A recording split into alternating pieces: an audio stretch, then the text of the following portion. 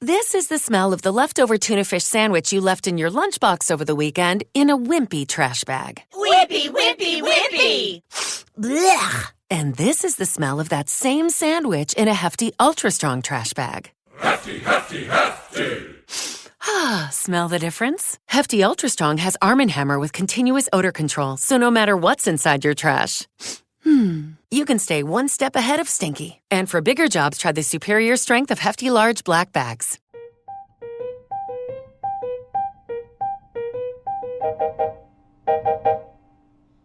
Hello, and welcome to Yeah, We Read It. I'm your host, Maggie. And I'm your other host, Laura. And today we are talking about the 11th Clique novel, Boys Are Us, in the Clique series. We're like 75% of the way through this series. That is crazy. It's insane. I know, we were talking about it earlier, and Laura had to remind me this isn't the 9th book. No, and they all start to feel like the 9th book in a way. It feels like we're stuck in Dante's Inferno, 9th Ring of Hell. I don't even think that's in this one. world, there's like 14 books of hell. Exactly. Rings of Hell, sorry. And this one easily was kind of the hardest hurdle of hell. We both agreed talking about this. Like, this was a hard book to get through. Yeah. I don't know if it's been, like, the weather's been changing a bit. But, like, or the fact that the book is just long. But something about this book felt very redundant to me. Yeah. Like, because it's very book 3, but now it's book 11. And the end wasn't satisfying at all. Yeah, and especially because, like, the ending to book 3 was such a rager that it was like, you need to top that or go home. Yeah, that ruled. But now that they have the boys, it's not as fun of a chase. Yeah, I don't know. Just, again, we talked about this before. It's just, listeners, we thought so much that there was something off about this book for both of us. Like, It's just, no matter, I can't put my finger on it, but it took me forever to finish. When I got to the end, I was like, okay. So underwhelming. It was just so underwhelming. So let's dive in. At the end of book 10, Massey just had lost all of her friends. Yep. Kristen and Dempsey were getting together. Dylan and Darrington were together. And Claire still remained friends with Massey. But Massey just, like, kind of accepted defeat and lost all of her friends because she couldn't control them. Mm-hmm. Yep. Yeah. And so we're starting off. The Pretty Committee has split up. And Claire is about to go over to Massey's to try to heighten the mood with 3 different playlists. And Cam is going with her. I thought that this book was going to be a Cam, Claire, Massey friend triangle. And then it wasn't. And then it wasn't. And that's classically setting us up for something that we think is going to happen, and then it doesn't. But I did love to add helping feel or make Claire feel better. I do have to point out something that happened on page 1. That was a rager for me because this was like the first time something like this has happened in a Clique book. So Cam asks Claire if she's worried about Massey, and Claire nodded. Nibbling her Blistex-coated bottom lip to keep from purring. Now is not the time to think about how close she and Cam were standing or how he could practically read her mind. This bitch is low-key horny on page 1.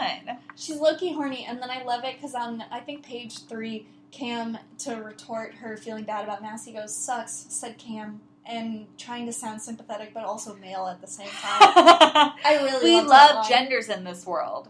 So, Massey's starting clothes for her charity drive, which is called Ho Ho Homeless. And I'm going to say something, Maggie. Before we get into the Ho Ho Homeless plot, I didn't even realize this till we're at the event way later in the book. Ho Ho Homeless is happening in October. Oh my god, it is! Right? Why? Because there's that one line when she's like, was I born on October 11th? And Kristen goes, no. And she goes, then why are you talking to me like it's yesterday? Yeah. I don't know why there's a Christmas auction going on in October. I guess you're kind of getting ready for the holidays. No, it's Halloween time. Okay. Well, to be fair, the Ho Ho Homeless event doesn't make sense because it's named that, but it's a tropical event and it also is circus themed. Yeah, it's more to explain on page 10. So the idea is to make the homeless stand out, Cam, not make them blend into the pavement. Yeah. There's probably a lot of necessities they need over couture, but here we are.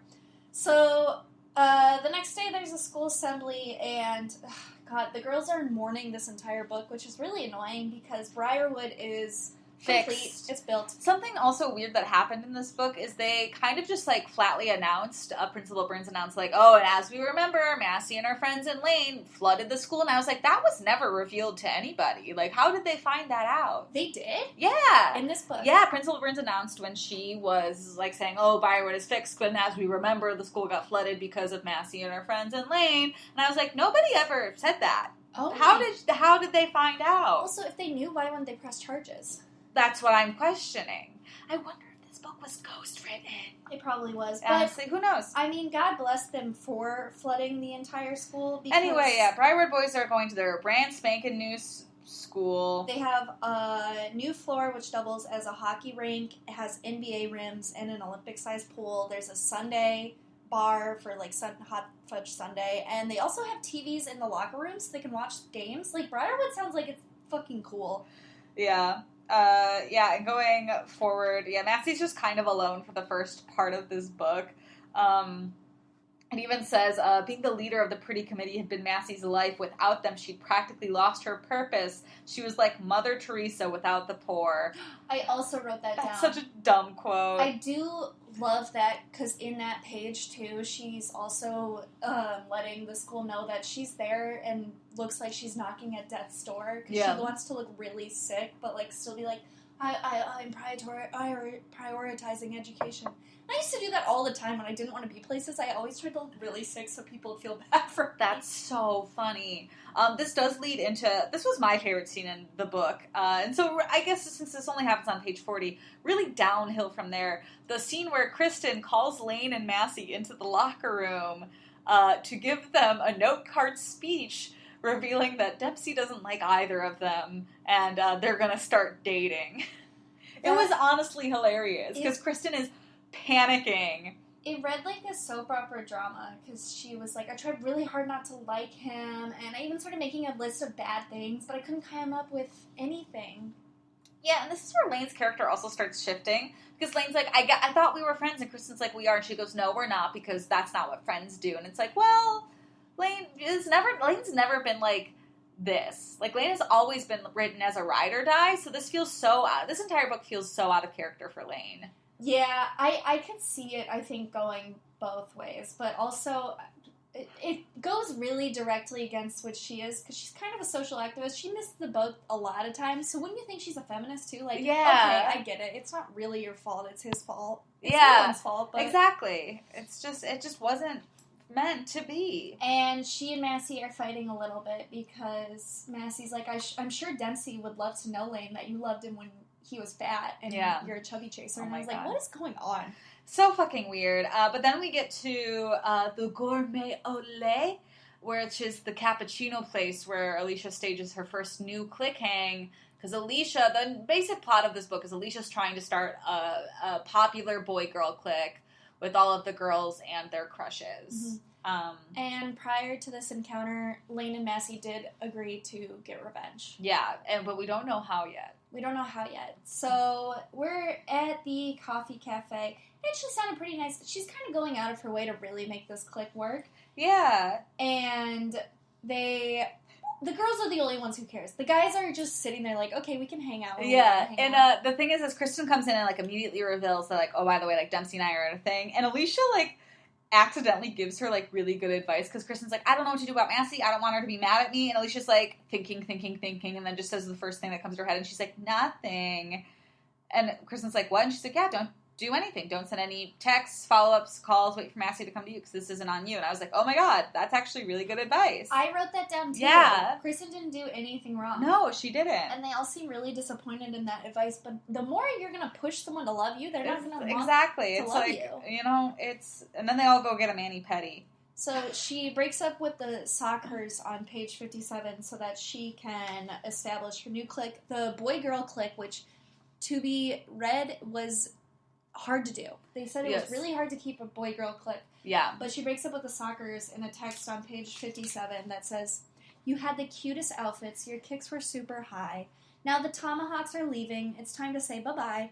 Thanks a mil for being true, but the Hartnets are Splitsville, and then population U. Oh my god. Do we ever learn who are in the Hartnets? No. I don't think so. No, we just saw them dancing at the end of last book, and they were abandoned in the first 50 pages of this one. Well, that was a pretty Rest in heartfelt peace. text that she Rest sent them. in peace. But yeah, and then they convince the guys to go get mani-pedis, and that's a whole thing, because guys aren't allowed to get mani-pedis. Yeah, that was really fun. But on the way to mani-pedis, Claire is stopped because Massey wants to get a smoothie after school, and Claire's going to Serenity Spa with them to go get the mani-pedis, and Massey, and this is something that Claire is caught between the entire book. Massey wants her to choose, Alicia wants her to choose, and they confront her enough about it, and she is Switzerland. She will not choose. Well, like, honestly fair. Like, you don't have to pick sides. That's so dumb. Doesn't choose, but it did drive me crazy when she's cornered in this bathroom, and Massey's like, we're getting smoothies, and everyone's calling her, and Cam's ringtone was Love Story by Taylor Swift. Claire gets in the limo to go to Serenity Spa with them. And they're so mean at Serenity Spa. So mean. They're throwing things around, they're just, like, yelling. And then Alicia has to apologize, and she gets pissed at herself because apologizing is a beta move. And I was like, no, it isn't. Why does she sound like a red pill guy? Like, okay, this is all underneath the surface is incel red pill Reddit culture. Yeah. You can own up to being a shithead. You brought 8th grade boys to a spa, and they were throwing cotton balls. Of course, they're gonna throw cotton balls. Find an activity you guys all like. I don't know. Call me crazy. Yeah, it's like they could never find something to, like, all do together. It was, like, always the polar opposites, like, end of the spectrum. They're like, guys can come watch us at soccer practice. And they're like, okay, you guys can come get mani-pedis. And I was like, go see a movie. Literally, like, find a middle ground activity. Go see a movie, bowling. They went to that amusement park. They seemed to have fun. Yeah, but that was last book. It doesn't count anymore. It's out the window. And then after the spa, Massey meets up with with Claire again. Hiding in her closet at home. Oh my god, Massey's exhausting, this book. I think that's what made this book so hard to get through. My post-it note in my book right here just says Massey is exhausting, because I was tired at this point. And she's still trying to, like, force Claire to pick. Off of this, we jump into their big revenge plan, and this is the most psychotic thing I think we've read in a Clique book. Massey and Lane decide to hire actors to play Massey's friends, new Clique, in order to get back at Dempsey and Kristen. Yeah. Not well thought out at all. It's not necessarily, like, to me, I'd be like, oh, if you're getting back at a guy, you hire one girl and you make her really hot and go flirt with Dempsey. He's an 8th grader. He's right. So he worked with orphans in Africa. He's still going to go after a hot actress lady, probably. I don't know. It doesn't make sense. But Lane, coincidentally, her aunt runs a talent agency in New York City, so they can get all these actors easily. Yep, her aunt's name is Peace. Yeah, that was weird. Which was at Shooting Stars Talent Agency. So, I kind of want to fast forward to when they go to Shooting Stars Talent Agency, but there's also things that happen in the middle. Yeah, I do want to say that when Lane, like, pitches this idea to Massey, and gives her, like, a slideshow of, like, the girls, and it says Massey clicked on the slideshow setting, waiting for the girl parade to begin. Are you serious? Yeah. Oh my god, that's so funny. Okay, well, let's not jump to the audition process just yet. You're right. Let's go to what we need to go to. So the next day of school is the last day. The Briarwood boys are going to be there, so everyone's wearing black. And also, kind of weird, the boys are just in the lunchroom now, and I think we just kind of gave up on the trailers, even though they are still at the school. It's never fully explained. It really isn't. A lot of this book isn't, and that's okay. And for the last day, Alicia brings everyone little presents, which Dylan calls prezzies. I thought that was really cute. And for the boys, she gives every boy a digital photo keychain with photos of their mani-pedis on it. And the one day they spent together. And it's also an MP3 player with soulmates engraved on the back, which made no sense to me, because I thought they went to the salon the day before. How did they get something overnight? Alicia has so much money. Okay. And that's my reason for it. You got me there. I got you there. And then for the girls, she gave them a necklace with a soccer cleat and spa shoe on it.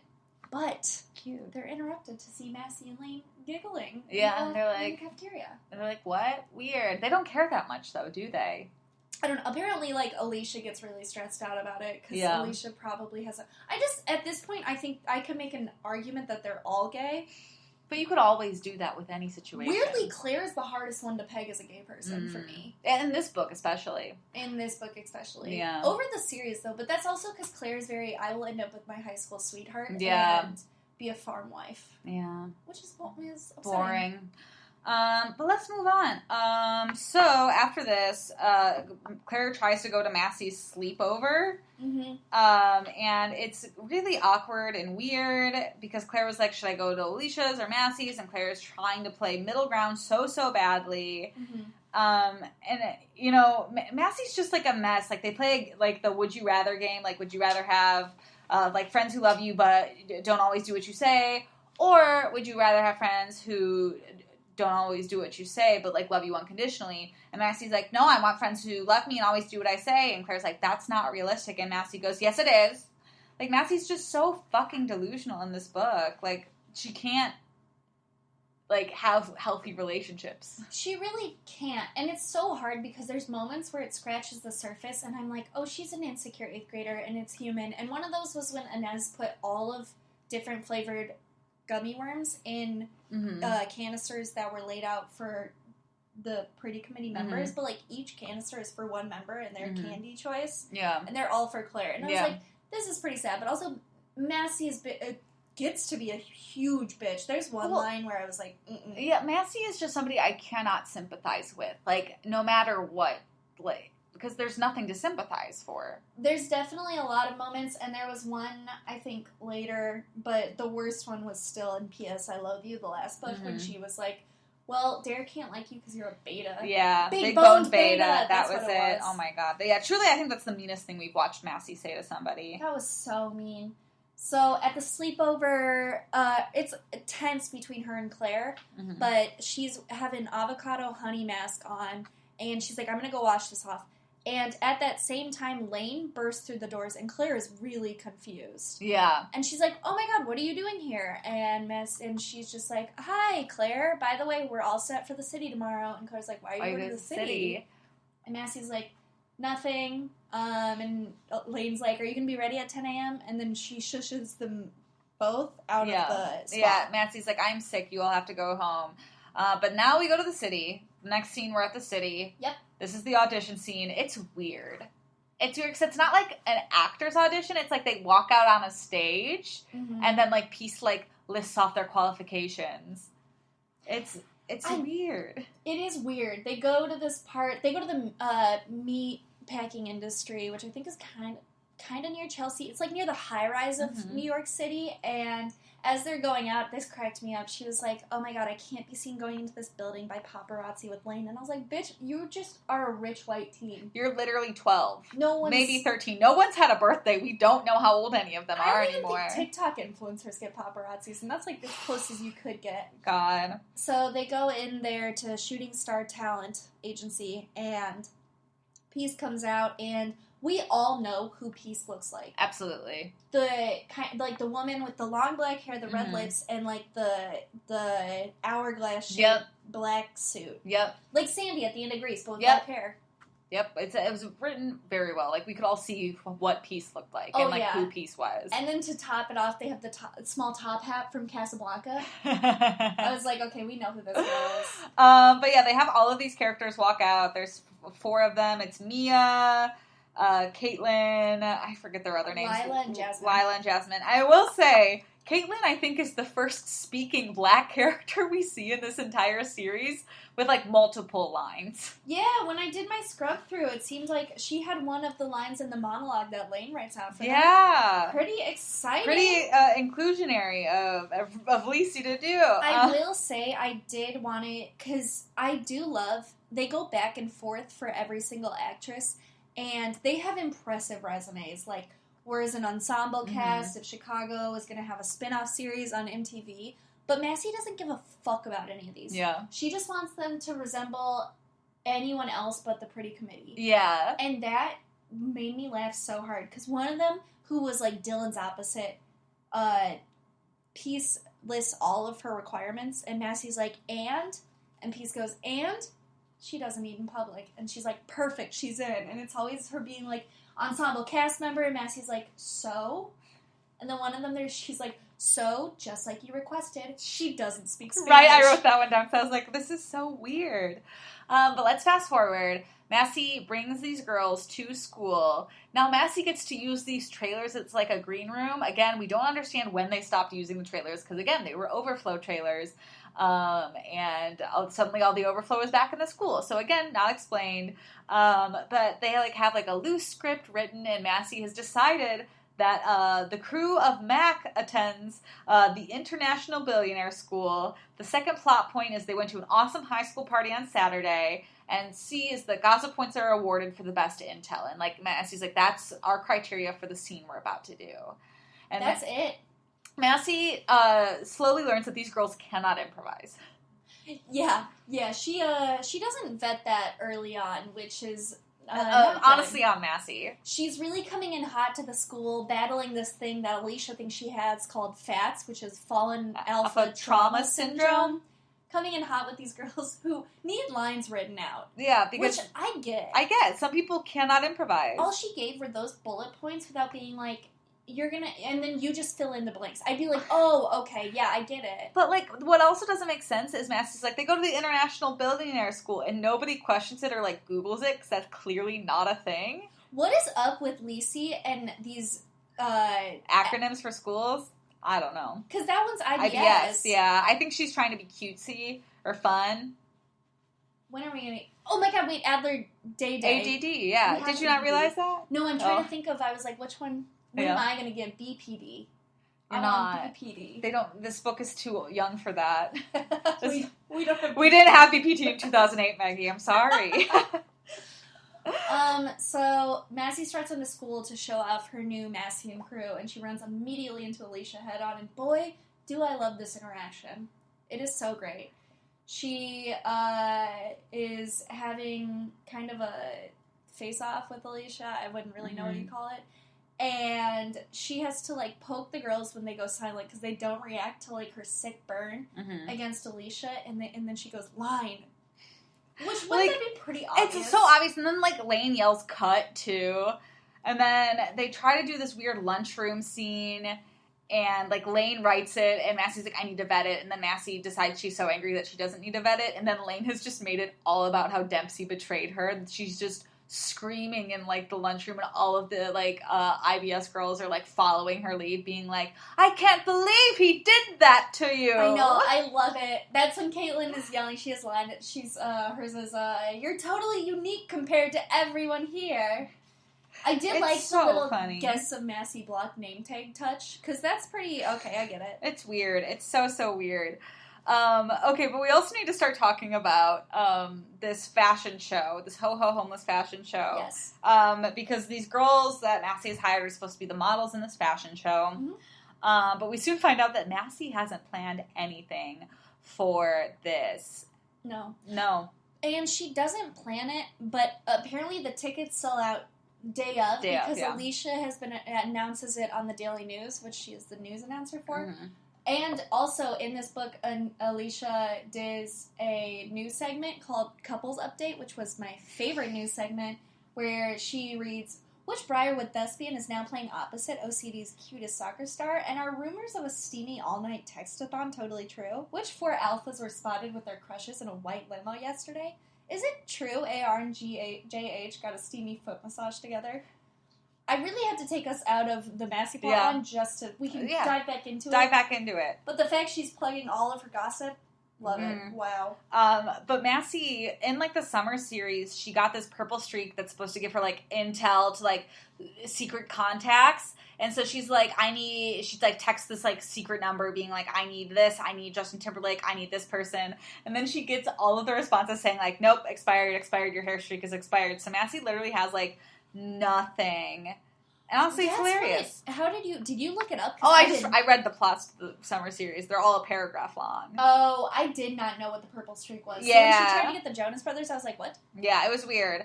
But yeah, so then also Massey has fired one of the girls. Yep, she says, just like Madonna, you're cut. And then I looked up before this, I was like, did Madonna have a cutting problem? And no, so I still don't get, because it's just like Madonna's arms. And I was like, okay. Is that what it said? Yeah. Weird. Because Okay. Mia was like, "Isn't this community theater?" Which is a great clap. Honestly, it basically is. So Mia's fired, but she had a short, bleach blonde bob, and this new girl Cassidy comes in. And she has long brown hair. And this one actually really upset me. I read this to Anna when I was reading it, because Cassidy is like, what's my motivation as an actor to get my hair done like this? Even though she's not going to have any lines. She's not an actor. Yeah. And Massey says, your character is a D-level actress. She is out of work and desperately needs a job, especially since the economy is tanking and unemployment is at an all-time high. She finally lands a well-paying gig in Westchester where all she has to do is learn a few lines and act like a friend.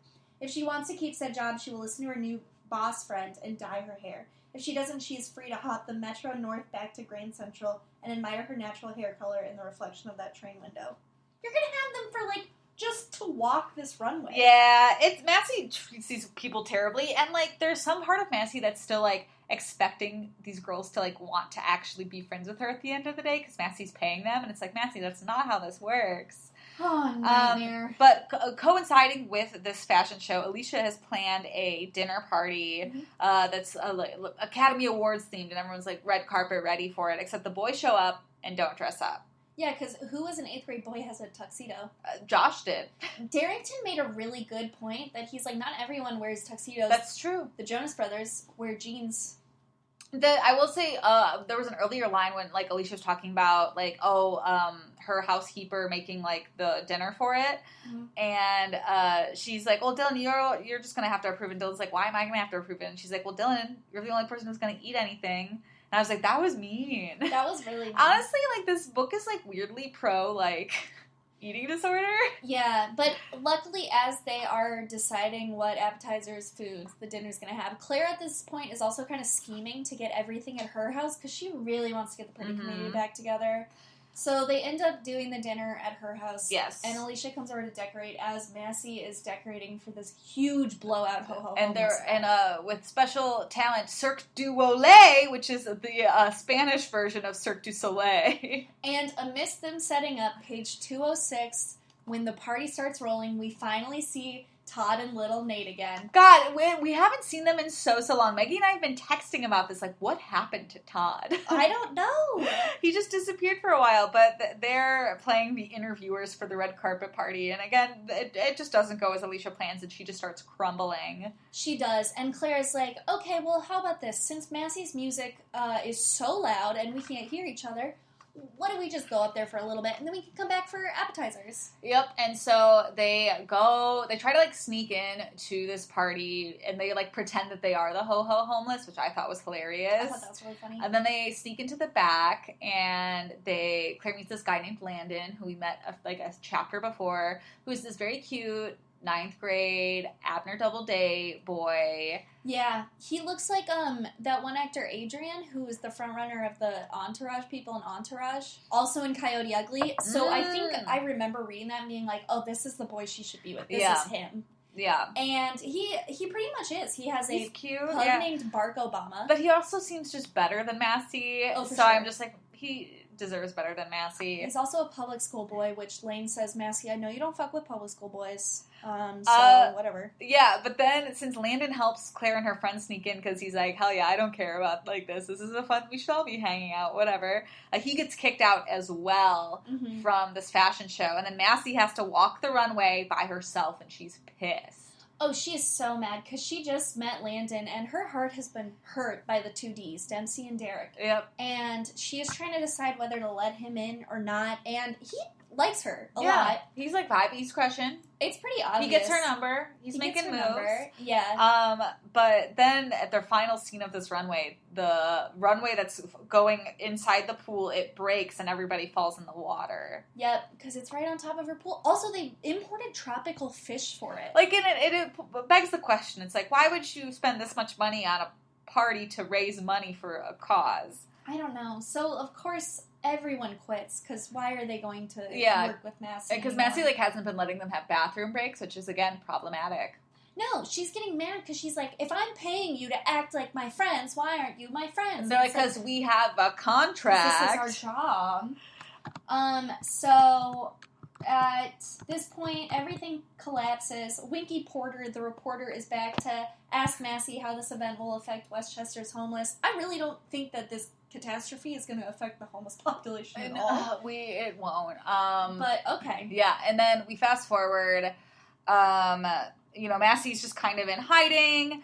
Claire goes to check on her, and she runs into Jasmine. She runs into Jasmine, and Jasmine's like, I just figured I'd drop off my headshot in case she needed, like, any other gigs. Like, this job sucked, but if she did something else, that's chill. And the whole the whole book, Claire's been able to recognize Jasmine, but couldn't place it, and it was because she was one of the extras on Dial L for Loser. A callback. So they have, like, an established friendship a little bit, yeah. And she's like, wait, can you bring the girls back here? I have a plan. And we never really understood. The plan is weird because it's never fully stated and just kind of happens. Yeah. So basically, like, Claire sets it up so that her and Landon are, like, laughing in Massey's front yard, and Massey's pissed.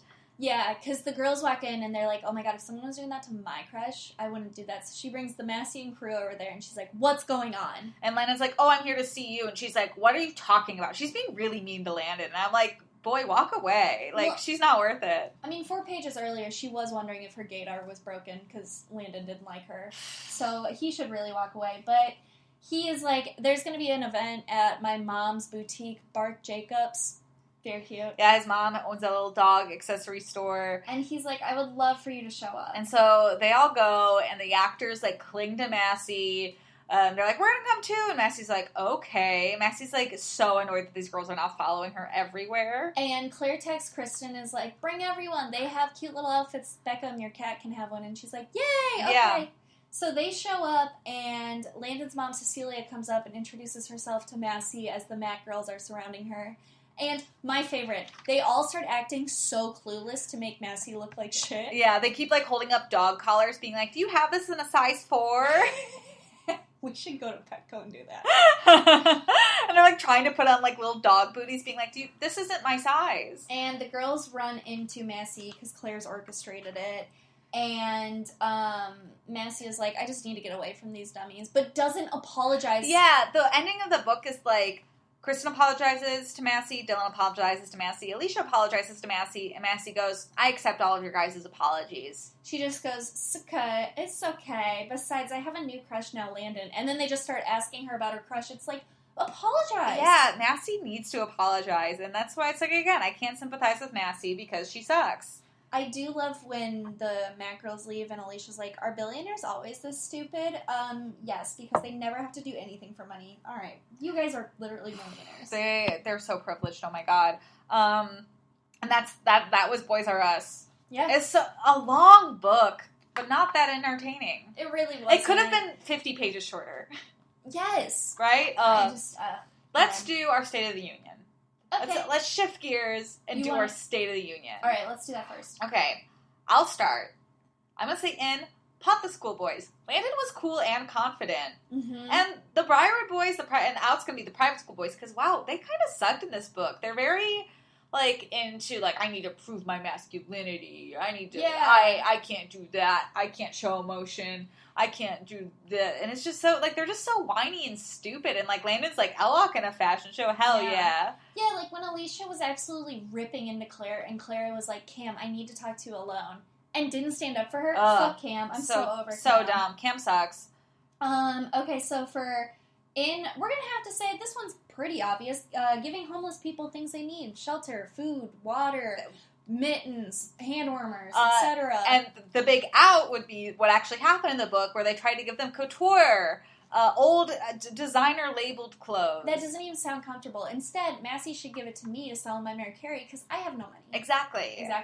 And so our last big one we just touched on, accountability. Take responsibility for the things you do wrong. Massey refuses to do this constantly. Listen, every relationship is compromise and conflict resolution. Exactly. And if one person isn't giving that, walk away. It's not going to work. It's not going to work. Walk away from that. It's toxic and abusive. And out blaming other people for your problems. Yeah, and being a dumb bitch. Wow. Self-reflect. Simple as that. All right, and finally we have our top 5, which are top 5 plot points that should have happened to make this book better. This is probably my least favorite book we've read so far in this series. Yeah. It was going to be hard to top book 5, which was so, like, a snooze, But this was like a long snooze. Yeah, I liked book 5 because they were at least out in the winter. Yeah, like at least like book 5 had a different setting, you know? It had snow in my mind. But anyway, do you want to start this? Sure. So top 5 plot points that should make this book better. As I alluded to earlier, Cam really should have stood up for Claire Pinkberry. He should just be more supportive. Like he's like half there, but also he's like in 8th grade, so I guess he won't be there for a while. Yeah. But also Claire should have dumped Cam forever ago.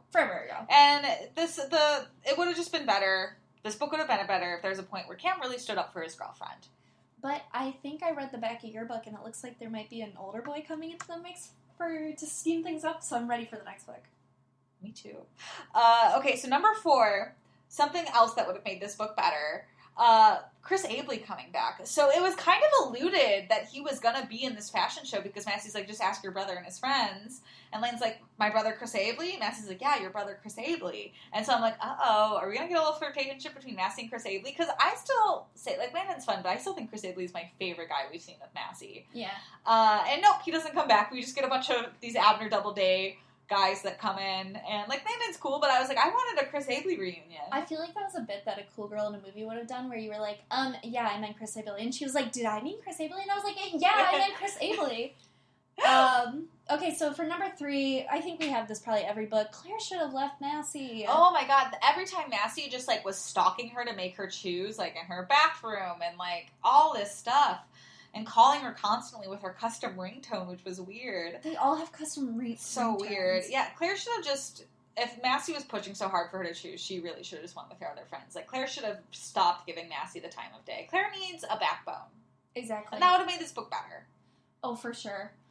Number 2 for plot points, we really wanted the models/actors to come clean about everything immediately. Because, like, I feel like that's something an actor would do in, like, their downtime. Like, I would have loved these actors to just kind of, like, whisper, like, here's my card if you need anything. And, like, if you guys are, like, doing, like, if you know anybody, like, here's my contact. Like, I think it would have been way funnier and more entertaining to watch the crumbling of Massey's life if everybody found out that Massey had hired actors to be her friends. Dylan runs into one in the hall who like slipped out for a bathroom time, and has like a sandwich, and she's like, "Hi, are you Massey's friends?" And you're like, "What? No, I just got hired." And she's like, "What?" Okay, shit. Okay, and then the number 1 thing that would have made this book so much better is if Massey got sued by the actors for violating their contracts multiple times. I really want a big fall from grace for Massey. Like a huge one. And there could have been 2 big ones in this book. And I think it would have been a valuable lesson for the readers, for Massey, and that's what I wanted. I wanted them to be like, yeah, we're not supposed to work 18-hour days, and also we haven't had a bathroom break in 9 hours. Mm-hmm. And I wanted them to sue Massey, and then Massey have to, like, go to her parents and be like, I've done something terrible. Yeah, and I mean, God, I don't even think Lacey likes her protagonist at this point. Like, right? It's just like, why is she still here? Honestly, tell the story from Kristen and Dylan's point of view again. That was great. I don't know. Well, this has been all of Boys R Us for you guys. I hope you have a good time digesting it. Yeah, there was a lot going on in this one. The next book looks shorter, so hopefully that'll be a breeze. So, yeah. I guess get ready for the next book. These boots are made for stocking? I think so. Okay. Yeah. But yeah, before we go, don't forget to follow us on Instagram at Maggie and Laura. We're out pretty much on all social media, so you can find us there and interact with us. We're having a lot of fun on there. Mm-hmm. But yeah, that's it for us for this episode. Yep. And yeah, goodbye, everybody. Bye, everyone.